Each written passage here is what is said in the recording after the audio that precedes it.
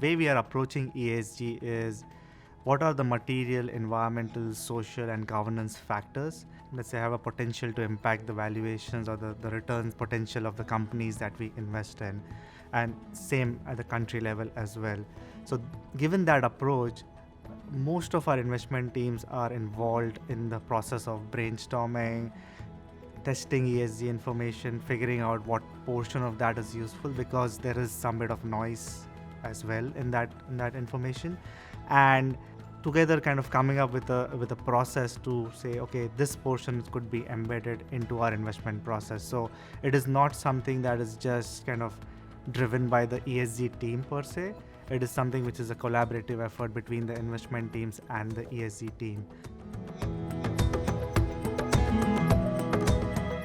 If you look at other peer asset managers, generally everyone is paying attention to company level ESG information, but very few are actually paying attention to country level ESG information, which in our view is also significantly important. So what we have done is we've spent a considerable amount of time to build a proprietary country ESG assessment framework, and this is being currently kind of evaluated and kind of integrated into multiple strategies that naturally have a top-down or a country assessment as a part of their investment process.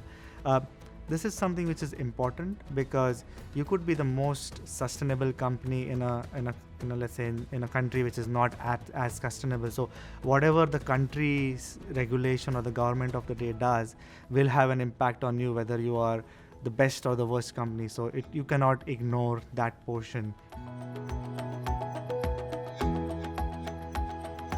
There are different investment teams at GMO at different stages of what I would call as ESG integration. At one end, we have most of our fundamental teams. These strategies have fully integrated ESG as a part of their investment process and are kind of on a day-to-day basis using this information to make decisions, to build portfolios, to pick stocks. On the quantitative side, we are spending a lot of time, an enormous amount of time, to test and evaluate ESG information.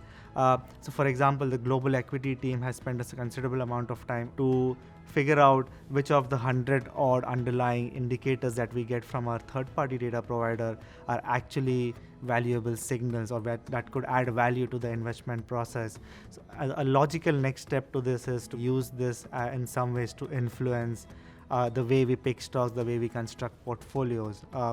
So I think one point I would like to maybe leave you with on this is all the teams are kind of trying different ways in which they can integrate ESG. So we don't necessarily have a one-size-fits-all approach at GMO, which I think is a good thing because you have multiple perspectives coming in. Overall, I think everyone is kind of taking efforts to see how best we could use this to eventually that's our eventual goal, to get the best risk-adjusted returns for our clients.